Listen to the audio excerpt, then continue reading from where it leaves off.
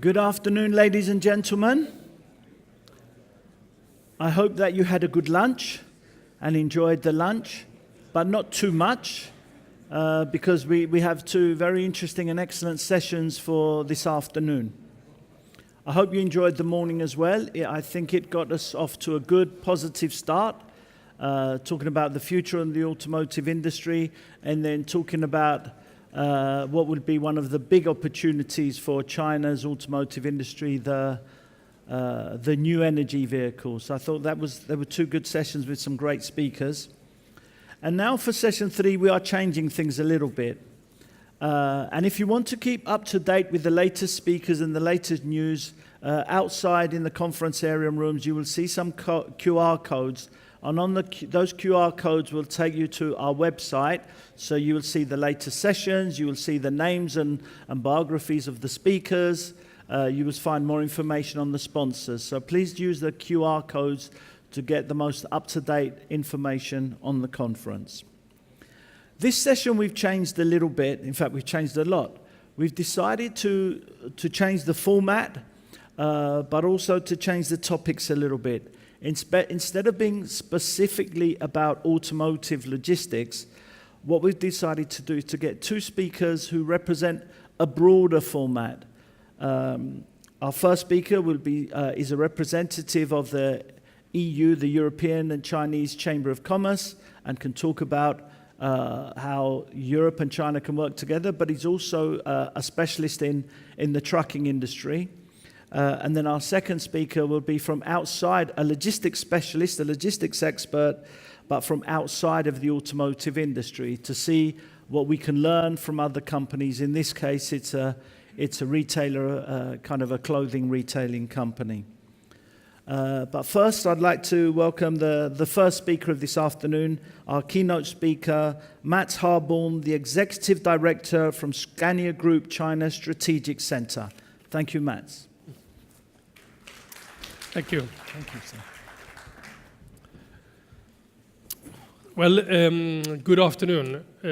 Louis asked me a few months ago if I could come and make some reflections. And I said I would gladly do so. And I would like to make reflections on sustainable transport. And I would like to do that wearing two hats. My biggest hat is working for Scania, but I have one other hat, and that is I'm the president of the European Union Chamber of Commerce in China. And as such, I think these reflections are a bit bigger than just the transport industry.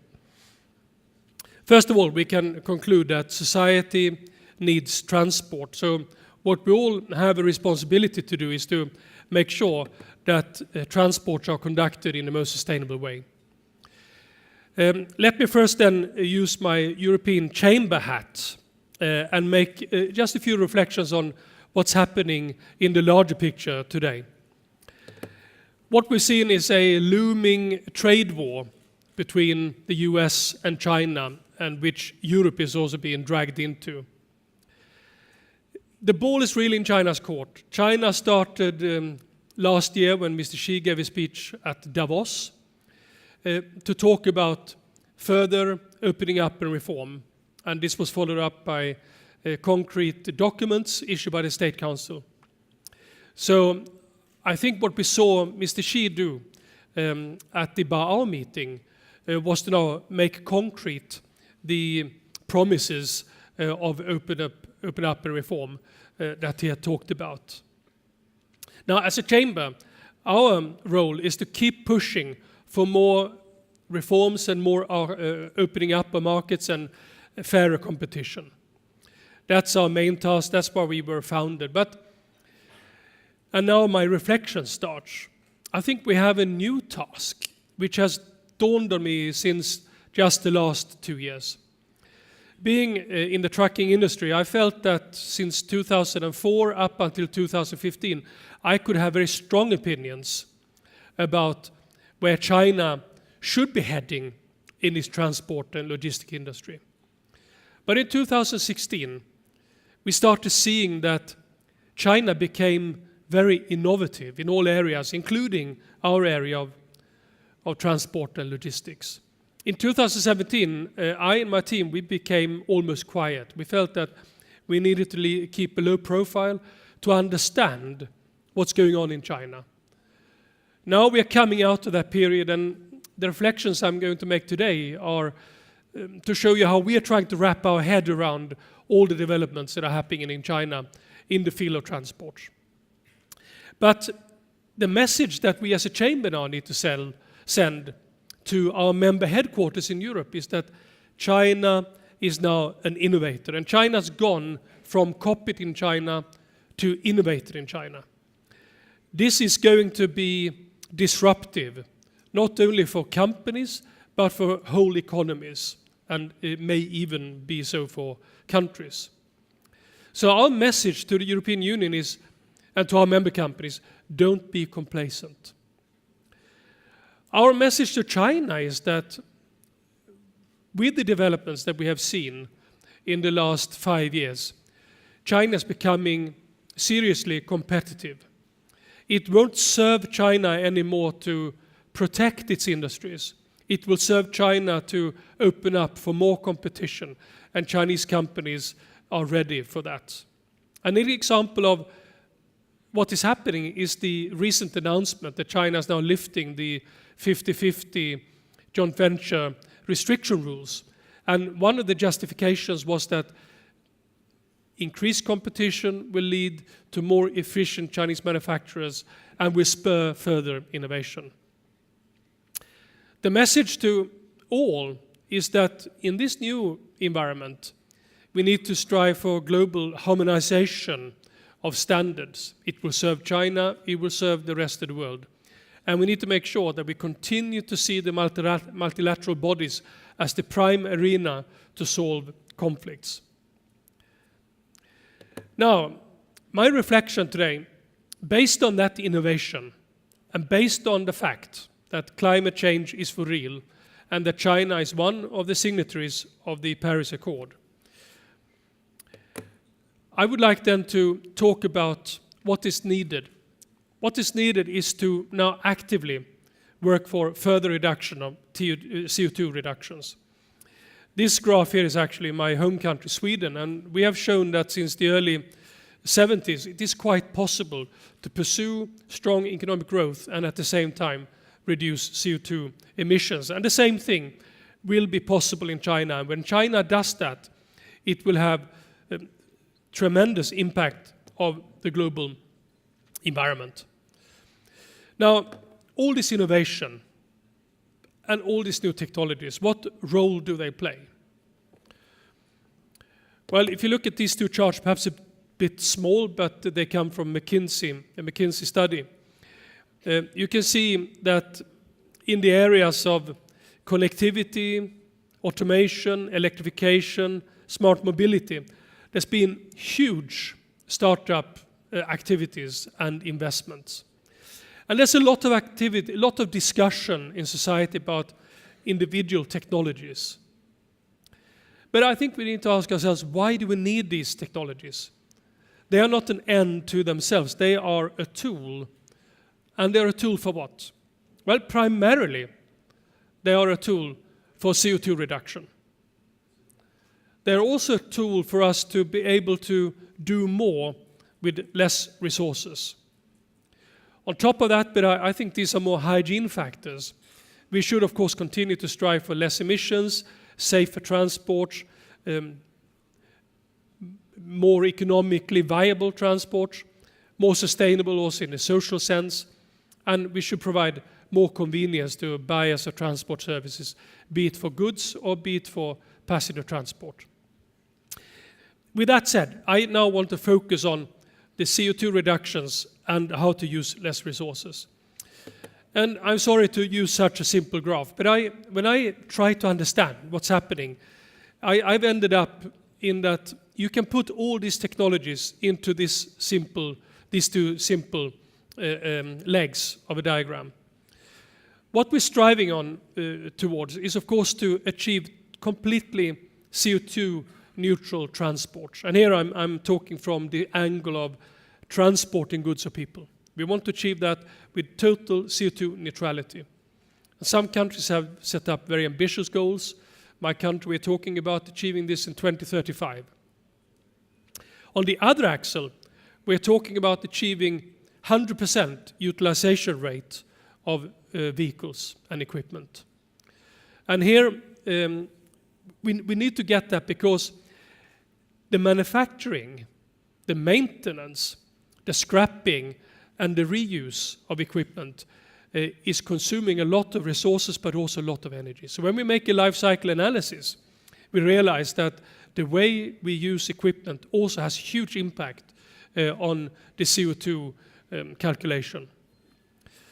So just to give some examples of how we are thinking when we try to understand the different offerings in the market, we think that what should we do in order to achieve CO2 neutrality? Well, of course, the first obvious thing is that we need to have totally green energy.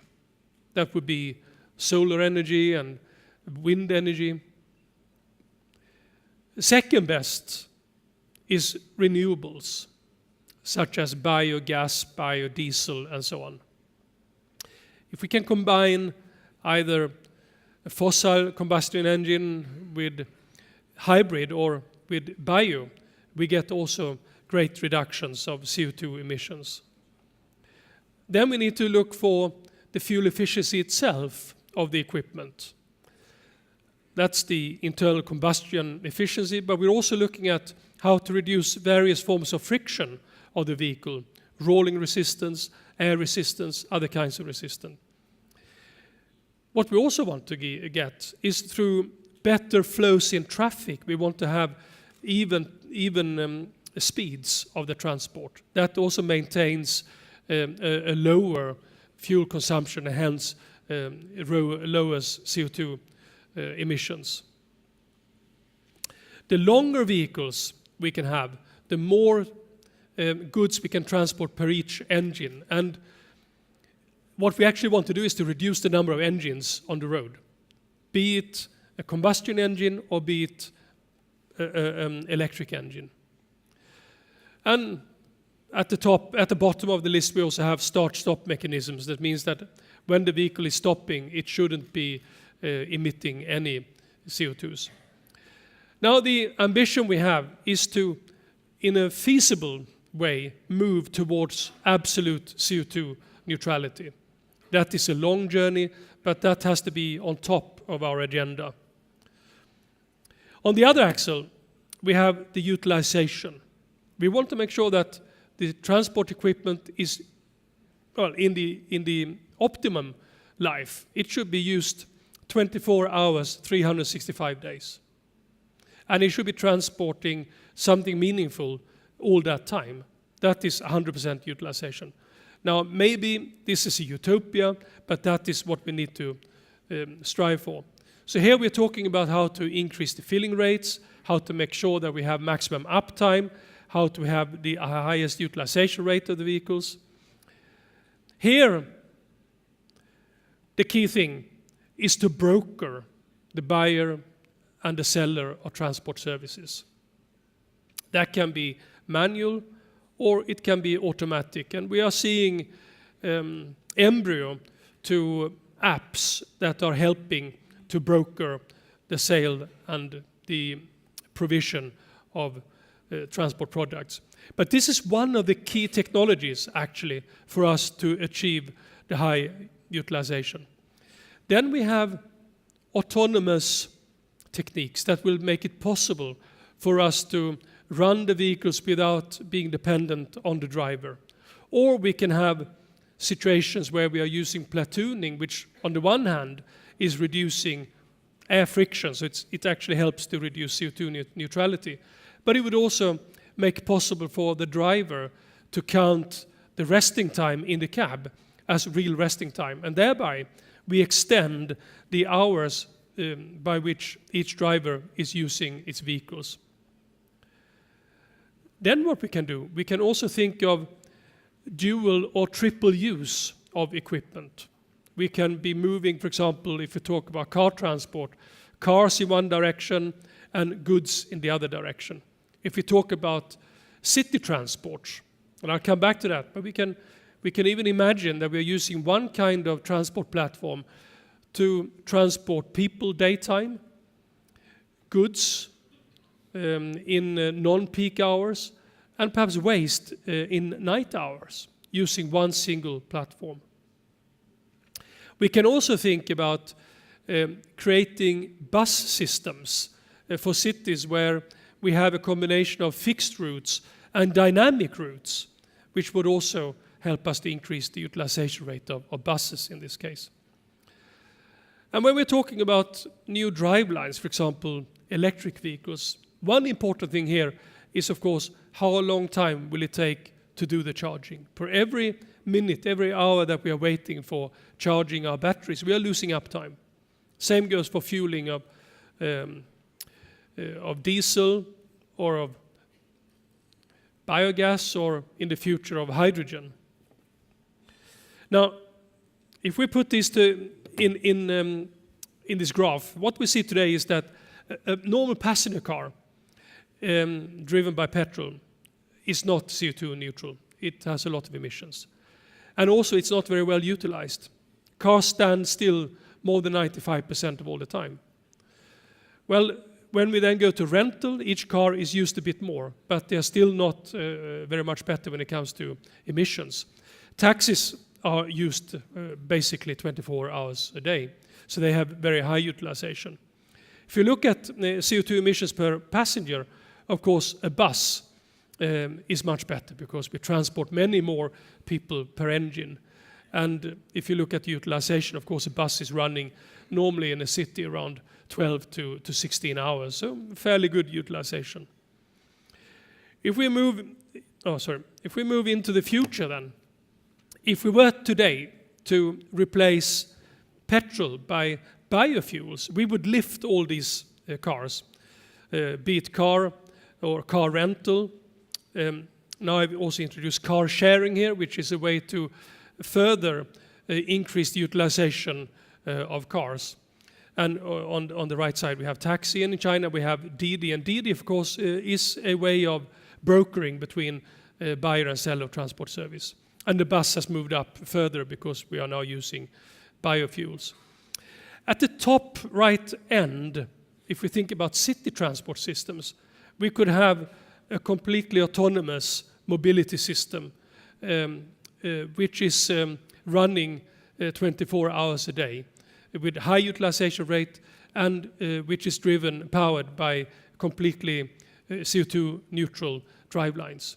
This would be the optimal solution, and all the technologies that we are talking about are aiming at moving our transport industry up to the top right corner. There's been a lot of talk about bike sharing. Bike is in itself CO2 neutral, so I put the bike at the top on the left hand. But utilization rates are terribly low. We use our bikes very little. Now, share bikes is a new phenomenon, and it's fantastic when it comes to increasing our personal mobility. But when we look at CO2 neutrality, it moves down because these bikes need to be moved from where the users pick them up to where they leave them. So they are moved around based on very advanced algorithms that the bike sharing companies have developed. If we look at trucks then, at the bottom, China truck, with that I mean just an average Chinese diesel-powered truck. The average mileage is still around 80 to 90,000 kilometers per year. In Europe, a truck is used around 180,000 kilometers per year. But if you look at 100% utilization of a truck, the top 7 most utilized trucks in the world in the Scania fleet are in China. And they are covering an astonishingly 500,000 kilometers per year. If you do the maths, you realize that these trucks are running if you take away a few hours for resting and so on, day out and day night, around 70 kilometers per hour round the clock. That is perfect utilization. In order to reduce the CO2 emissions, we could go to biofuels, as I said. Another way, as I also just said, is to increase the amount of goods that we can transport per engine. And in China, we now have a new standard that allows for longer and safer vehicle combinations. So we are lifting that up, the long vehicle. And China will long term introduce even longer vehicles, which means that the CO2 emissions will go down further. Here, autonomous systems and platooning can help us to increase the utilization of these further, so that would move us to the right. At the very top then, where would we be to find the most CO2 neutral and the highest utilization of a truck? Well, it would be a truck that doesn't carry the electricity on board. It would be a truck that takes the electricity through conduction or induction, through pantograph, and that through the modern technologies is kept running round the clock. As a complement to that, we will of course have various forms of electrification. But the reason I'm saying this is that this vehicle doesn't need to be charged. And it doesn't need to carry heavy batteries. Instead, it is focusing on optimizing the payload. That's the extreme situation up in the top right corner. Of course, we have then demands on better flexibility, and you are moving off the routes where you have access to electric cables. So, of course, the future will also contain battery-driven trucks. And in the longer future, we will see hybrid-driven trucks. Well, this thinking about these new technologies, to put it into these two axles, is what's behind the Scania approach to sustainable transport. We believe that the contribution we can make is on the energy efficiency side, as I just said, and you may not know or know, but on Tuesday next week, we are launching our new truck generation in China, which is by far the most fuel-efficient vehicle that Scania has ever produced. We are also offering the widest range of alternative fuels for our vehicles, all kinds of biofuels. And we are now taking steps to offer commercially viable electrified vehicles. And we are deeply involved in planning for smarter transport so as to increase the utilization of vehicles to a maximum degree.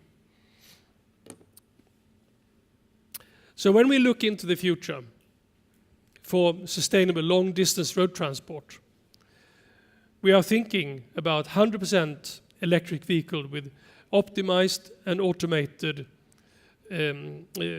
configurations, and with a transparent logistic flow that allows for the optimization of the vehicle and a level speed of the vehicles. We are looking at 100% sustainable fuels in the form of electricity or hydro fuels. We are also looking at optimizing the possibility of having flexible transport solutions, transporting different kinds of goods in different directions. For the cities, we are looking at one platform that is electrified, with zero noise emissions, with swappable bodies that could be used, as I said earlier, for passenger transport, goods transport, and even for waste transport.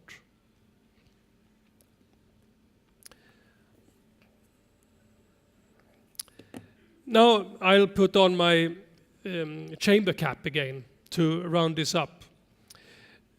We believe strongly as an industry that if governments around the world set very clear targets for what it wants to achieve, and if it's clear on what it wants to achieve, for example, CO2 reductions, we as an industry, we will be able to provide the solutions.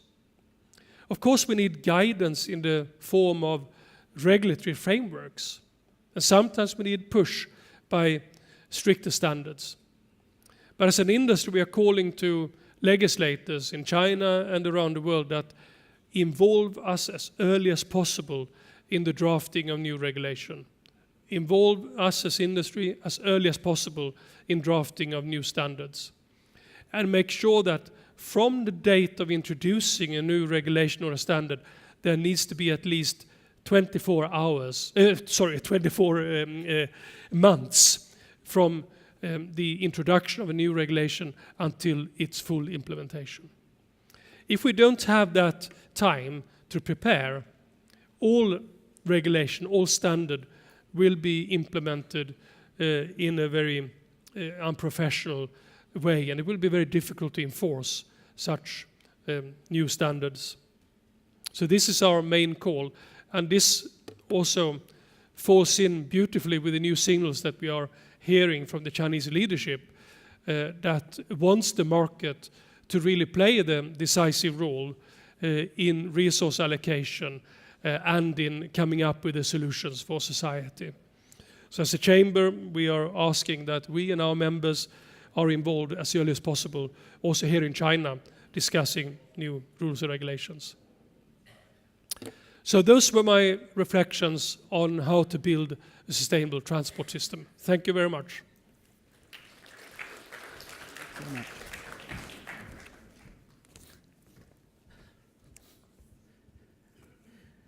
Thank you very much, Mats. Very interesting presentation to hear the two hats that were kind of joined in many ways as well, about becoming green and sustainable transport for the future, representing what how EU and China can work together to achieve that, and obviously being a major truck maker and what you can do from that perspective as well. And the insight being a major truck company gives you into sustainable transport. So thank you very much for that.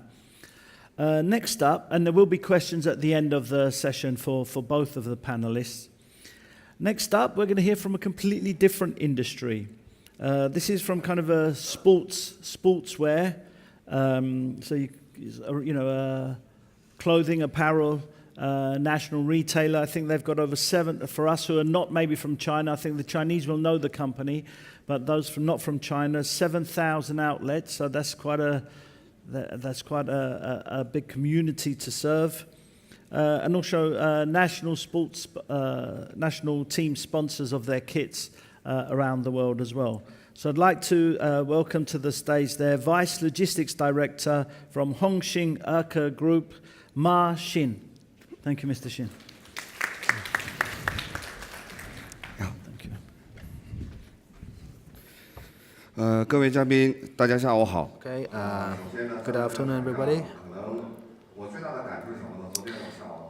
It's my great pleasure to stand here at this podium. I arrived yesterday. Actually, I'm a stranger to this industry. I represent an entirely different industry for Hongxing Erke Group. Apart from international brands in China, also we are involved in sportswear, especially for shoewear and apparel industries. We are actually one of the top 5 players in China. Our annual sales volume is about 5 billion yuan, and we have like ANTA 361 and some other companies, and global branded products are under our governance. So at the invitation of Mr. Zuo to attend this conference, because, at the first sight of this conference, it's all about automotive logistics. It's not our industry's issue. However, I think that probably we also cover things like transportation, logistics management, and the efficiency enhancement. So all these issues are quite common in core with your industry. So I want to share with you some of my own reflections on the latest developments of this industry, covering shoewear, apparels, especially for sportswear industry in China, and what I think the future will be. So this is the first part, the background information or the overview. For Hongxing Erke and for ANTA 361 and Jingjia, so all these companies form the main part for shoe wares and also for the apparel industry in China. And also we represent actually the top 5 out of the top 10 players in China for Xinjiang. And we have started very early on from the wholesaling of the commodities in China, covering shoe wares, apparels, and various type of products covering our day-to-day life. And later on, we have our own agencies. And little by little, we have also found that such an agency system is also quite troublesome. So we decided to establish our own subsidiary companies. We call it a self-operating subsidiary companies. So now we are shifting from the original crude mode of development to a refined way of development. In the past, for the warehousing part, we have a lot of man labor involved for the distribution and also for the scanning and screening. But now we don't have to do that. We can bring the products from the main wholesale center to the sub-centers without tearing away or without unpacking those commodities or the patches. But it really raises high requirement for the logistics management. So how important is logistics to companies like ours? First of all, I think better management of logistics chain can help us to reduce substantially the operating cost of our company. Secondly, it can ensure our capabilities to service our customers more professionally. Thirdly, it can help us to further enhance the business value of our products, be it shoewear, sportswear, or apparels, and various other related accessories. So all these three combine to form what we call the core competitive edges of our companies. So ours is a special company, a special industry, because we depend very much on the so-called weather or the climates, because there's a huge difference between China's south and north. So in distributing the commodities across different regions, you have to bear many things in mind. For example, how to guard against those natural disasters like flooding, droughts, extreme temperatures, and many others. So how to even out those fluctuations or oddities during the whole process of transportation is really critical for us. So this is really a seasonality-based industry, and we have really accumulated a huge amount of experiences. So these are some of the key features of our industry. First of all, it covers a wide spectrum of different categories. Secondly, low level of standardization. Thirdly, high efficiency requirement and request for logistics flow. Fourthly, difficulty for the reverse logistics flow. Lastly, which is number 5, great fluctuations between different peak seasons for the peak values. So as you can see from the slide, it looks very much like an iceberg.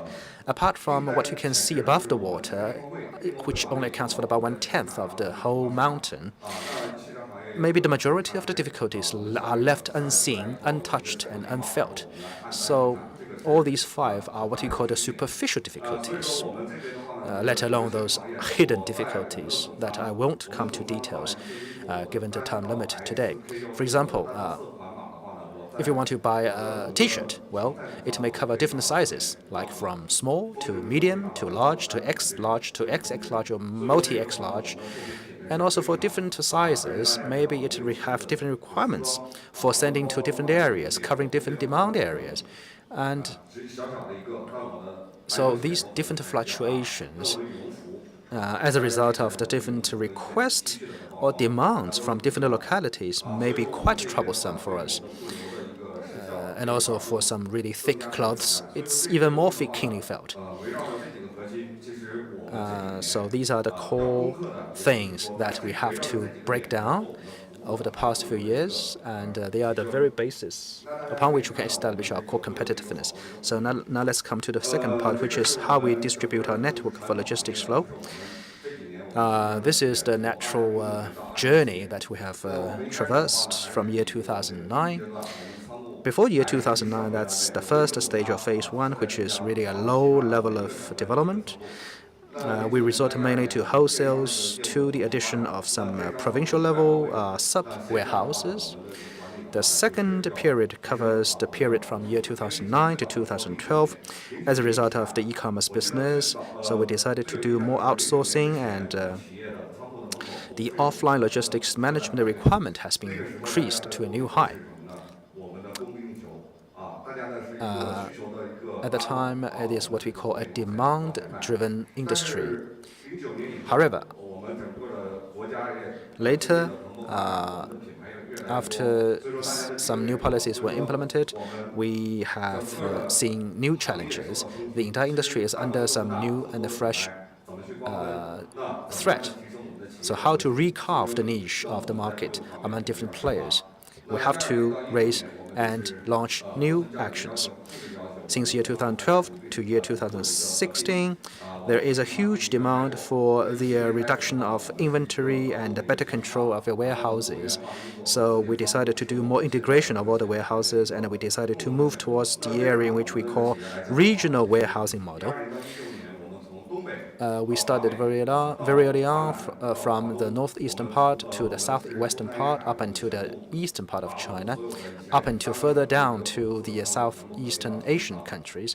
So everything has been put together in one systematic warehouse, and we can ensure really good integration and optimization of the resources allocation. It can not only reduce the human cost, but also reduce the material cost. For example, in northern part of China, it can really radiate its influence to Shanxi, Shanxi, Beijing, Tianjin, and other municipalities, or even including Shandong, a few cities in Shandong province. The reason why we have such a warehouse practice is to really optimize all the resources we have at hand, to reduce human labor and also to enhance the efficiency of operation for each sub-house. From year 2017, we are ushered into the fourth period, which is a new upgraded version of RDC. We have a really highly concentrated degree of integration with the so-called multilateral way of management and operation of the self-governing warehouse. Is the common core and is the common selection for all the players in our industry. We worked together with JD.com or Shunfeng or some other companies like Baidu. So this can help us to reduce the cost even further. This is what we call the scale of economy, and we can do more outsourcing in the future to concentrate more on our lean business or lean way of management on our core business. This also can help us to offset our deficiencies. For Jingdong and for Shunfeng, they have rich experiences in operating these warehouses, and also they have a low cost advantage.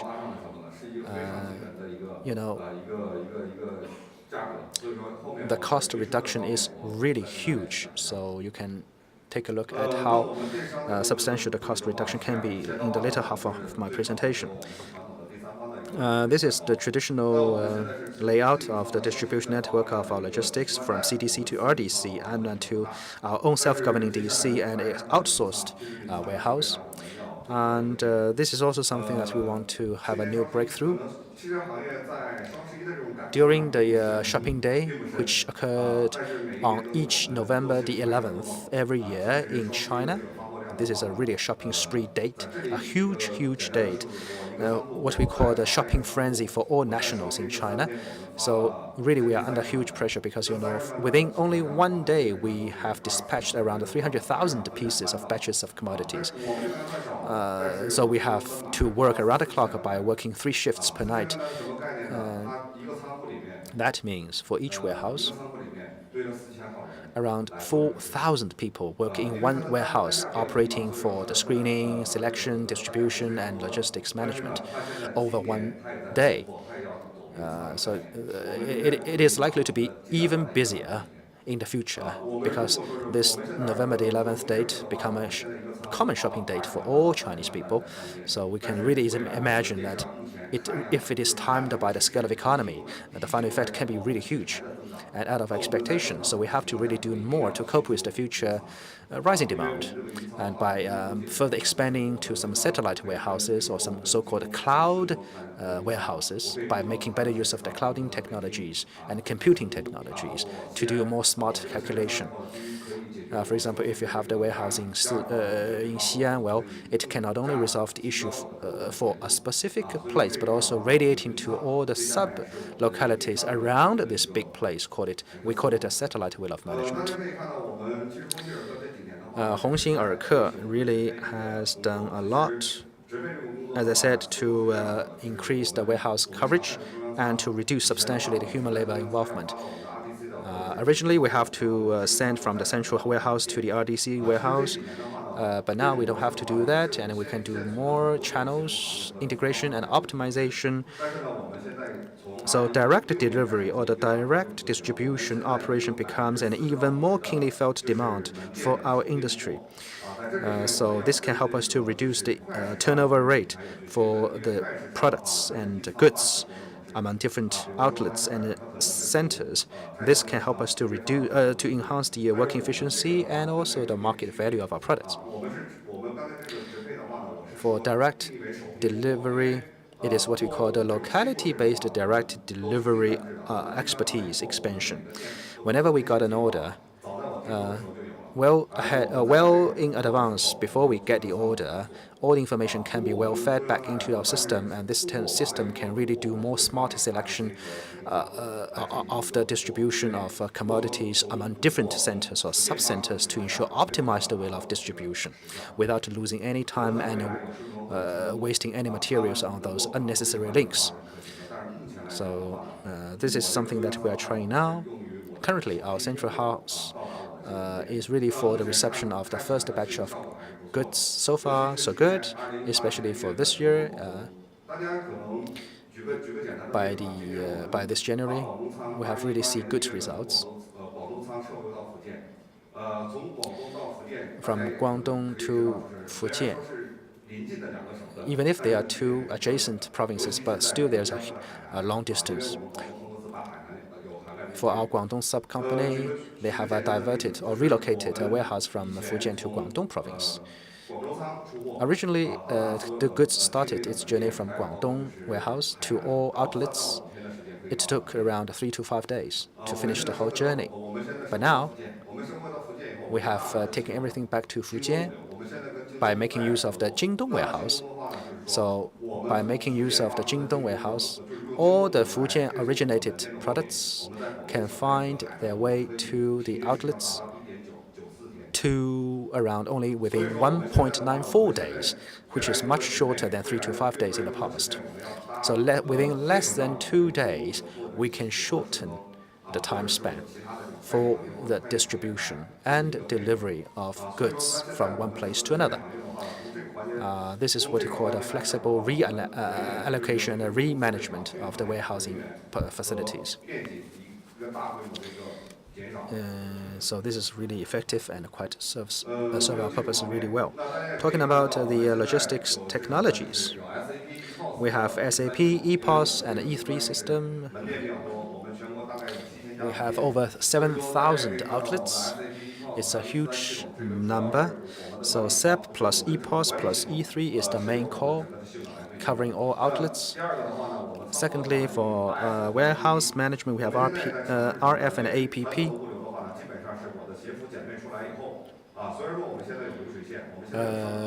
We have our highly automated warehouse, but when it comes to the assembly line, we have to depend to a certain extent on human labor. For apps, it can also be replanted on your mobile phones or cellular phones. Now, all the tablets are open to Android system,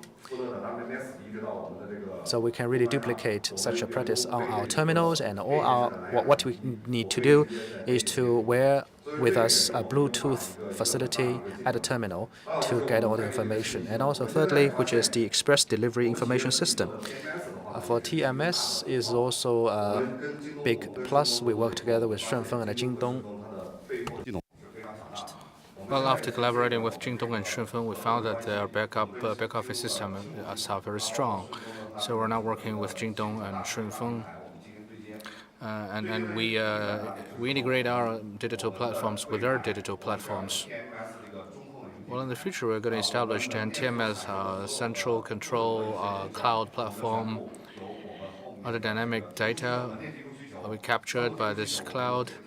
Once a request is submitted by the warehouse, we use this cloud-based control centers to process the request. So we're now negotiating with Meituan and Dada. We promised a 1-hour delivery because we're working with Meituan and Dada. Or maybe we have, let's say, 5 stores within 1 kilometer, and if for point A we doesn't have a specific commodity requested by the customers, and we can of course transfer the commodity from point B to point A within 1 hour.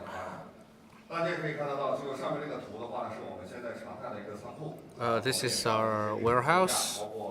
We have this 3D stacks. We have our forklift system, autonomous forklift systems. Apart from Hongxing Erke, we understand that Antal is building its autonomous warehouse, and Tebu is also building its own autonomous warehouse. The top 5 spots where companies are building their own autonomous warehouses. By automating the logistics,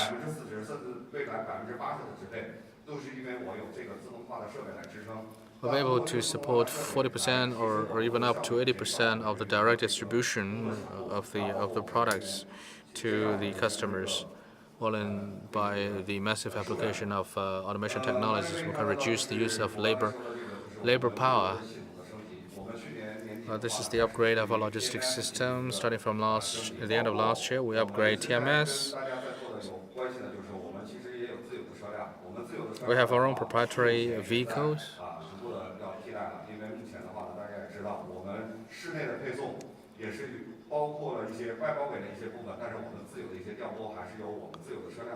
We use our own vehicles for intercity delivery. Of course, we're facing a lot of difficulties because some of our vehicles are not allowed to go into the downtown area of the big cities. We're not trying to use vans or even e-vehicle, but these 2 types of vehicles are banned in some areas, in some cities. So probably we need to develop the new energy vehicles. Maybe my companies, my partners, including Shunfeng and Jingdong,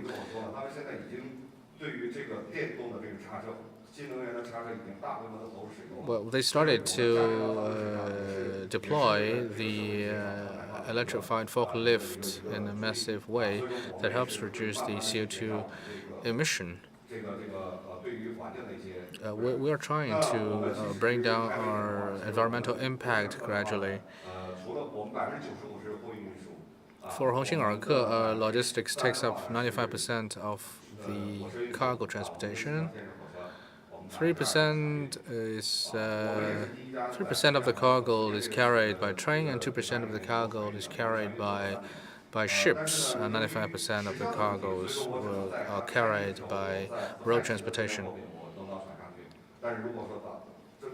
Most of the products are season-sensitive or time-sensitive products or commodities, so we have to use road transportations to ensure the timely delivery of the products. But if we can do the scheduling in a better way, I think we can increase the percentage of ship transportation or water transportation.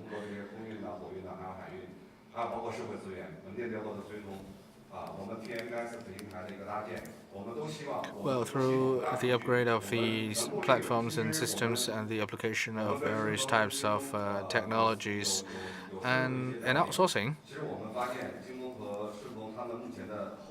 we're now building up a very comprehensive logistics systems.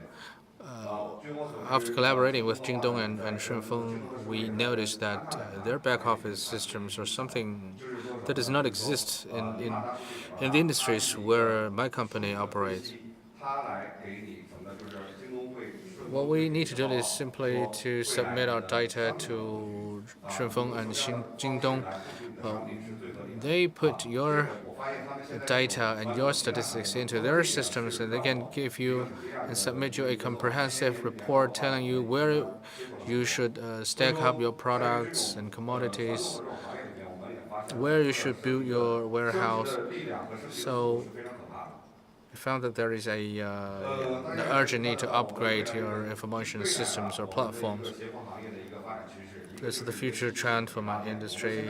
It's logistics, for example. We need to set up an information system.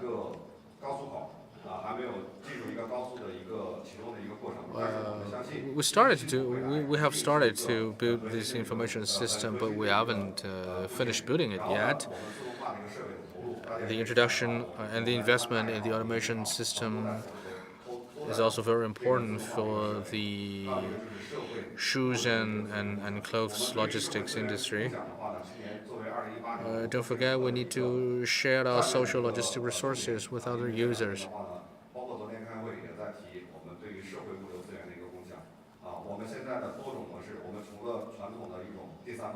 Apart from third-party logistics, we also introduced many platforms, Meituan and Dada and Yunyang and Huochebang. We're negotiating with a lot of logistics suppliers so that we can optimize our own logistic process and management.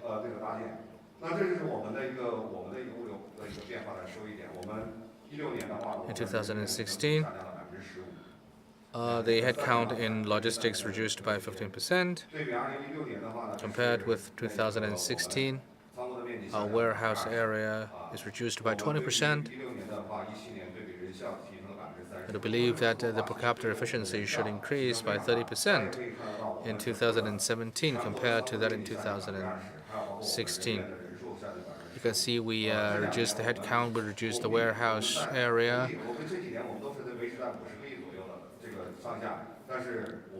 In the past couple of years, we maintained about 5 billion sales revenue, and our cost is reduced at an accelerated pace. That will be translated into the net profit for the company owners. The improvement of the logistics will help us to maintain our competitiveness. The market is changing, the customer's demand is changing. We need the integration between the offline and online assets. We need a comprehensive systems to break the barriers between different silos, and my company should try its best to become a new retail company. Thank you very much.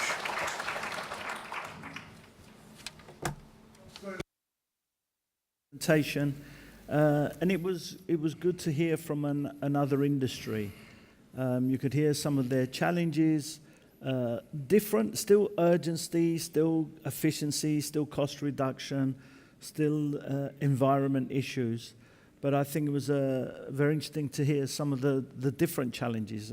November 11, obviously, that's something completely different, I think, for most of us in this industry, in the automotive industry. But you can imagine the challenges of such an important time, trying to get everything out at one of the most important shopping days.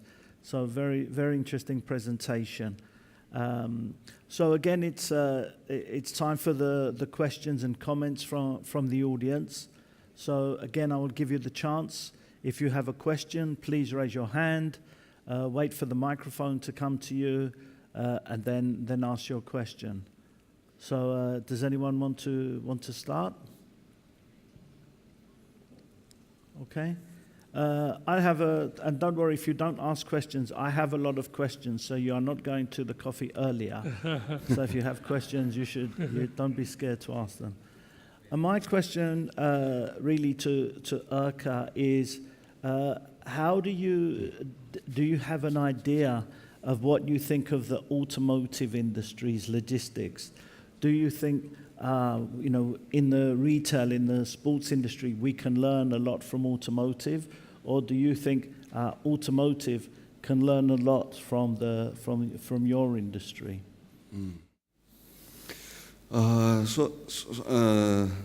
汽车物流这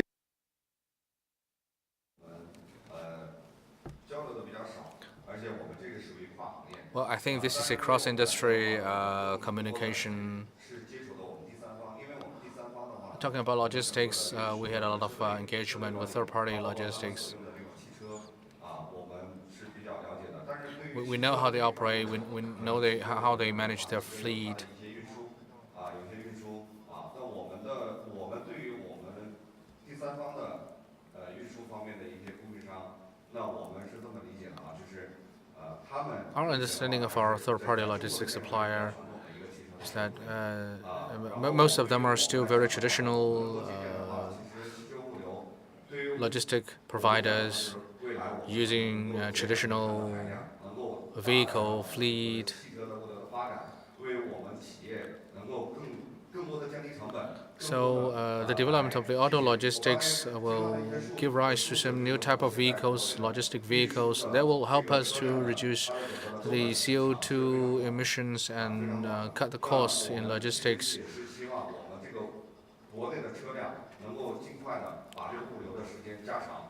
这样的话呢，我们整个的鞋服行业，我们可能自身的成本就会降低。 Well, by improving the utilization rate of these vehicles, we're going to reduce the cost in logistics, and that will help us to reduce the comprehensive cost. 因为现在我们很多第三方的这个车辆回程都是空的。 Many of our third-party logistics suppliers, the full loading rate is only 30 to 40%. Sometimes the return transportation is just empty trucks.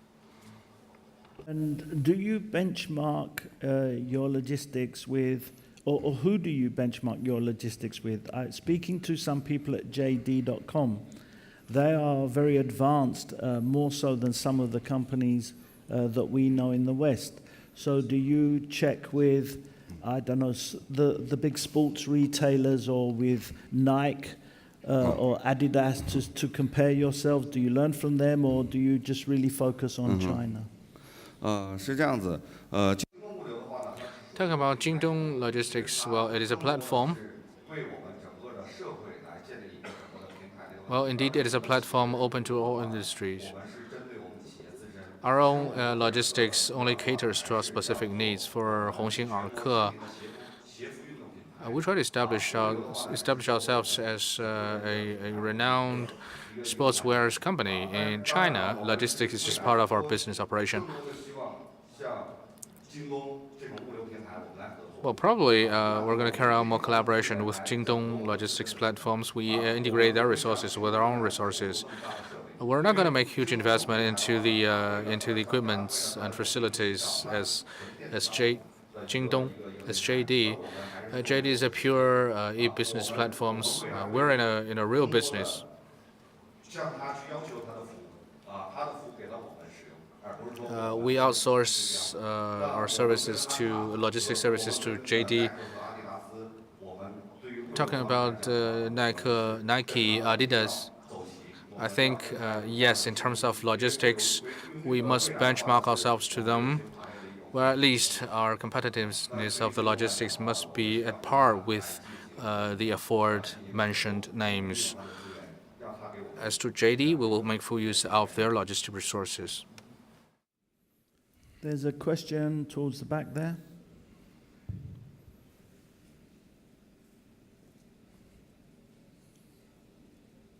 你好，我也叫马鑫，我来自上汽大众汽车有限公司。同名。 So we share the same name. I have a question. So in your presentation, you said that in 2017, in terms of logistic cost, in terms of the improvement of the logistic efficiencies, you made some achievements. For example, the reduction of the headcount and the reduction of the warehouse area. In 2018, in terms of the efficiency improvement, in terms of the timeliness delivery, what kind of target you're going to share with us? Well, it is not something we did in 2007. We started to do this project in 3 years ago. And in 2018, I just touch upon one point. in Sichuan and Chengdu, including Shenyang and Guangdong and Hunan, Hubei. We signed strategic collaboration agreement with JD and Shunfeng. Here you might think whether the third-party logistics suppliers will entail a higher cost. Well, actually, I think their quotation, the cost for third-party logistic service provider is even lower than our own logistics service. So in terms of transportation, we'll continue to work with JD, SF, and Meituan and Dada, these third-party logistic service providers, to reduce our own transportation cost. In my company, transportation,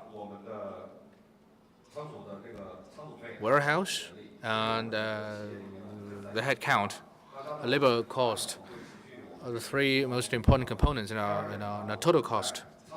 We're going to make adjustment in 2018. In terms of warehousing, integration is a must. We now have 3 regional warehouse centers, and we're going to build another warehouse center in our distribution center in the city of Chengdu. We're going to increase the direct delivery rate from 40% to 80% toward the end of this year.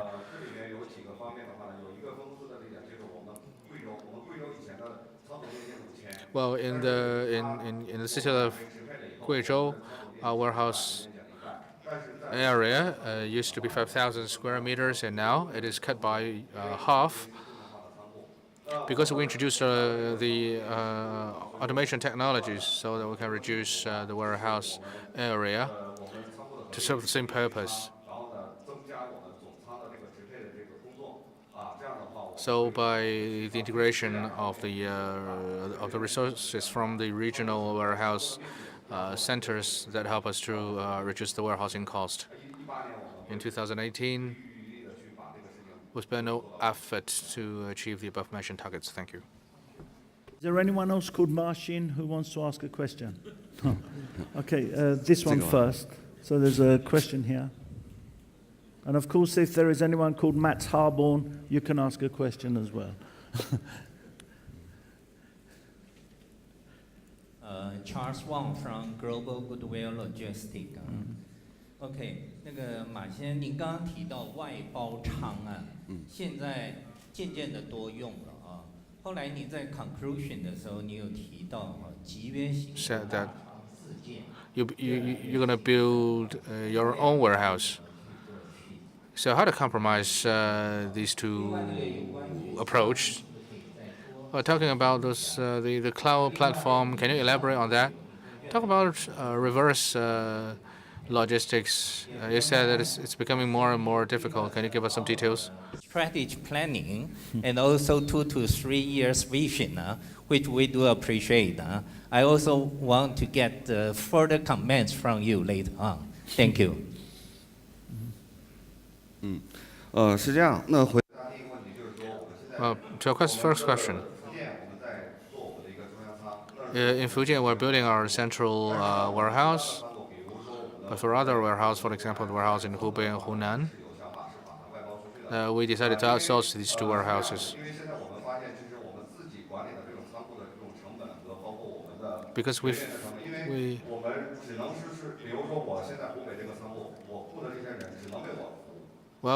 in the city of Hubei, we have a warehouse and we hire people, and these people only work for our companies. But our warehouse is very close to a warehouse of Shunfeng. So what do we use their labor force?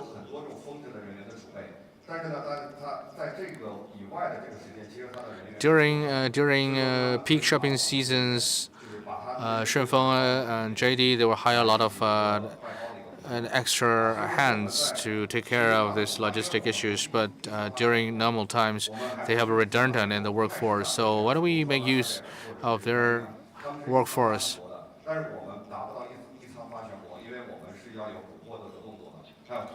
We can't use one warehouse to cater to the needs across the whole country. the profitability of this business is pretty thin.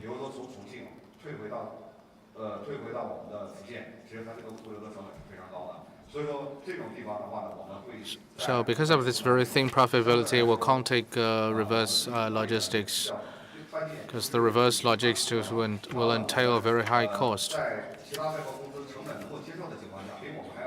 So by outsourcing these warehousing services, we can help to reduce the cost. But the national warehouse must be in our own possession. As to the cloud platform, JD and SF, they all promote the cloud warehouse concept. Well, this warehouse is not a physical warehouse; it is an electric warehouse. For most of these companies, you can't use one national warehouse to serve the needs across the whole country. Well, let's say if you have a warehouse covering close to 300,000 square meters, if you put 4,000 employees in it, the density is way too high. But by using the cloud warehouse, well, this warehouse will physically be managed by third party, but it is still connected into our own warehouse systems or networks. So this is what I call a cloud warehouse. We have the most famous one, which is one is Jingdong, the other is Shunfeng. Our outsourced warehouse is actually covering both of our online and offline, but for the cloud warehouse is something that is addressing the specific need of sending products from one place to another, one after another. So, for example, in China, we have around 11 cloud warehouses. For Anta's timeliness, it's much quicker than you will expect. But if you buy something from Hongxing or Erke today, if you place an order today, you can get the products in about 2 days, because different companies may operate cloud warehouses in different manners. But for us, actually, timeliness is also the key criteria, especially to address the needs of the specific brick-and-mortar stores. Secondly, for the reverse logistics, the most difficult part is after the so-called store management and the store sales. Because just now I've mentioned we have around 7,000 stores nationwide. So if you sell products through the 7,000 stores at the same time, the SKU can be found in all these 7,000 stores. But if you sell for about 7,000 times per day, so this will add up to the complexities for the management of the whole logistics flow. So for the internal reverse logistics, it is treated as a separate standalone topic for discussion within our own industry. So I hope it can help us to gain more understanding based upon the current expertise. Just now in my presentation, I mentioned a little bit about that. So that is also quite important. For us, it is still a bottleneck issue. I will skip the details, but if you want, you can know more about how we can solve the problem by tackling the bottleneck difficulties. So this facility was put into use since last year.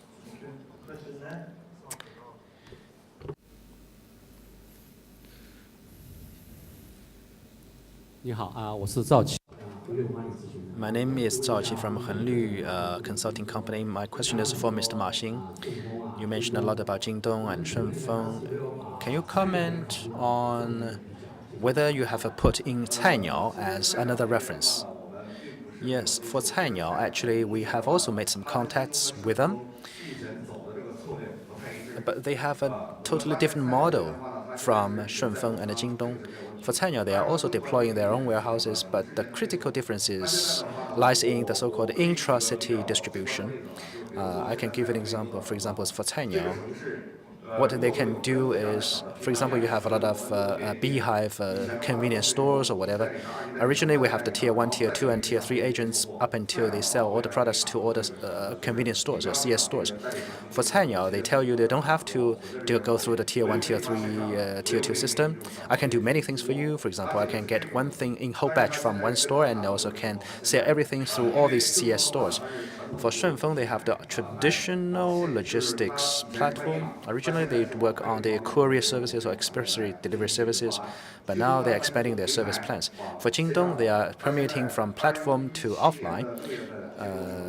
Since last June, Jingdong has established what we call Jingdong Shared Economy Department or function. Several days ago, they have also set up, institutionalized a new system, telling us that they are not only having their own ambition within their original expectation or within their original expertise, but also they are also venturing into some other areas to do more expansion. For us, actually, we are making some comparisons between different platforms to see whether a certain platform, a certain practice, or a certain way out agrees or are totally in line with our directions of growth. For some CS stores, they have maybe the one floor or two floors dedicated to the sales of those end products. So what I plan to do is to do more redistribution of the commodities over these two-story buildings of the CS. So if you can be a good performer, then you can get more products or more goods from Shunfeng warehouse. This is our model of collaboration. That's why we have more collaborations with Shunfeng and Jingdong, because that is more aligned with our strategic goal.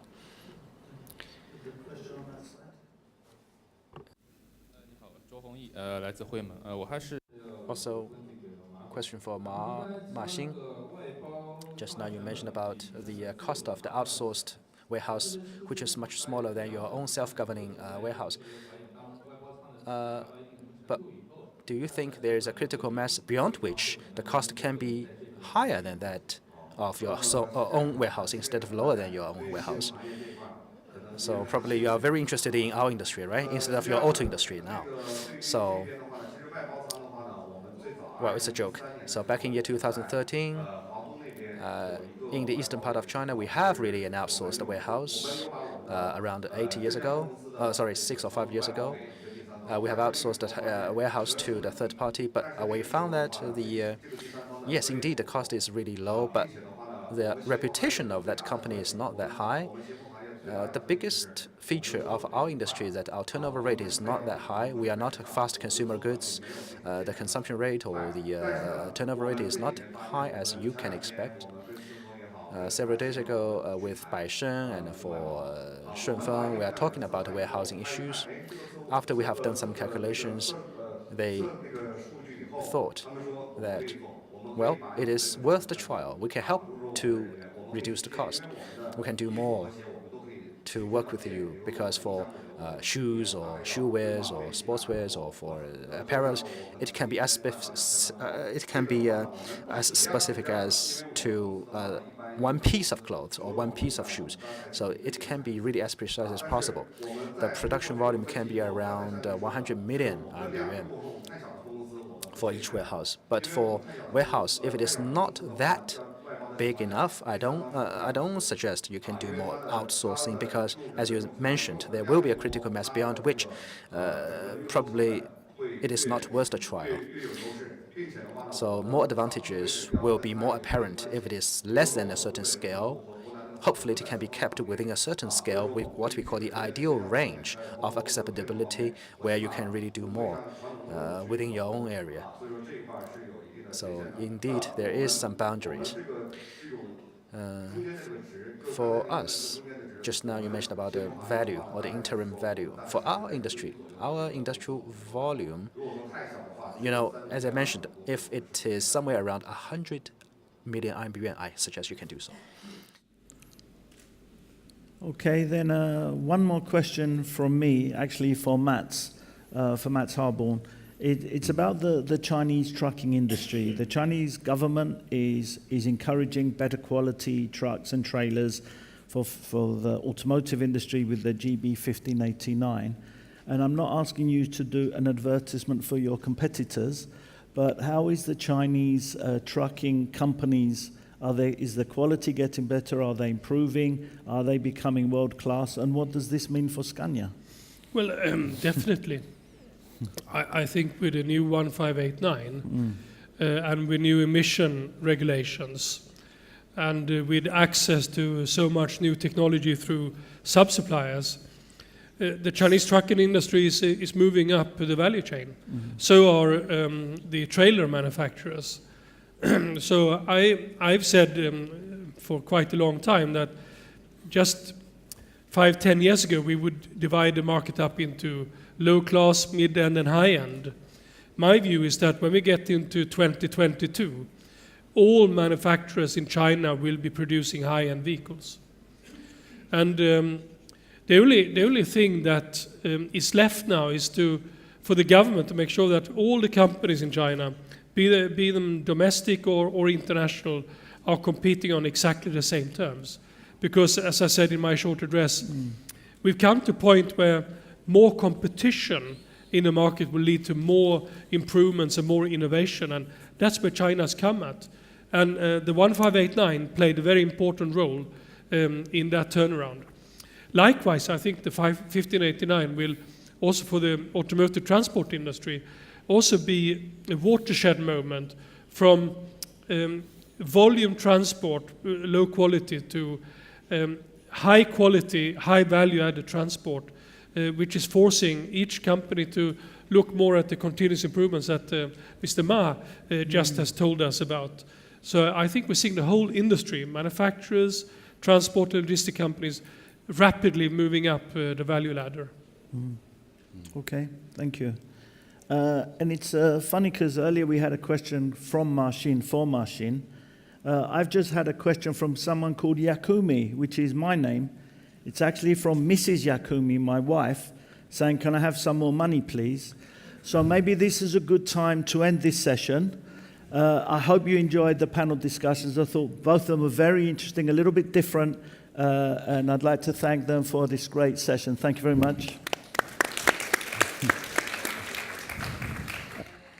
Please join us for the coffee break now. I'm back into this room at 4 o'clock for a session on digitalization. So thank you very much.